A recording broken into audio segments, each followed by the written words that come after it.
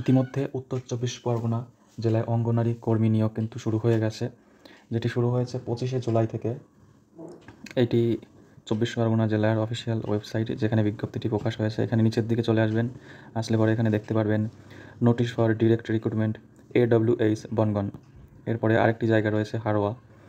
এরপরে দেখতে পারবেন আরও আছে সন্দেশখালী, এখানে যেরকম রয়েছে দেখতে পাচ্ছেন। তারপরে হাবড়া রয়েছে। এখানে অনেকগুলি জায়গার অঙ্গনারী কর্মী নিয়োগের বিজ্ঞপ্তি প্রকাশ কিন্তু হয়েছে। বিজ্ঞপ্তিটি প্রকাশ হয়েছে ২৪শে জুলাই ২০২৪। বিজ্ঞপ্তিটি কী করে ডাউনলোড করবেন সেটি একবার দেখিয়ে দেবো। এই ডাউনলোড যে অপশানটি রয়েছে এখানে ক্লিক করলেই বিজ্ঞপ্তিটি ডাউনলোড হয়ে যাবে।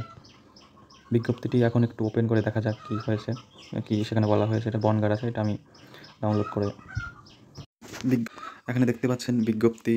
এখানে লেখা রয়েছে পশ্চিমবঙ্গ সরকার শিশু বিকাশ প্রকল্প আধিকারিকের কার্যালয় বনগাঁ গ্রামীণ এলাকা, কিন্তু এটা ওই জন্য লেখা রয়েছে গ্রামীণ সুসংহত শিশু বিকাশ সেবা প্রকল্প বনগাঁ উত্তর ২৪ পিনকোড দেওয়া আছে। এখানে নিচের দিকে আসতে পারছেন, এখানে দেখতে পাচ্ছেন লেখা রয়েছে এত দ্বারা জানা যাচ্ছে বনগাঁর অঙ্গনারী সহায়িকা নিযুক্ত। যাই হোক, এখানে অনেক কিছু লেখা রয়েছে। এখানে স্যালারিটা লেখা রয়েছে, এটা সাম্মানিক বলা হয়, এটাকে স্যালারি বলে না। এখানে ৪,৫৫০ টাকা, আর একটা আছে ২,২৫০ টাকা। আর এখানে ভ্যাকান্সিগুলি, শূন্যপদগুলি দেখতে পাচ্ছেন বিভিন্ন এলাকা রয়েছে। এরপর এখানে যেটি বলা হয়েছে যে শিক্ষাগত যোগ্যতা, যেটা এখানে শিক্ষাগত যোগ্যতা কিন্তু স্বীকৃত বোর্ড থেকে উচ্চ মাধ্যমিক বা সমতুল্য পাশ হলেই হবে। বয়স হতে হবে এখানে ৩৫ বছরের মধ্যে।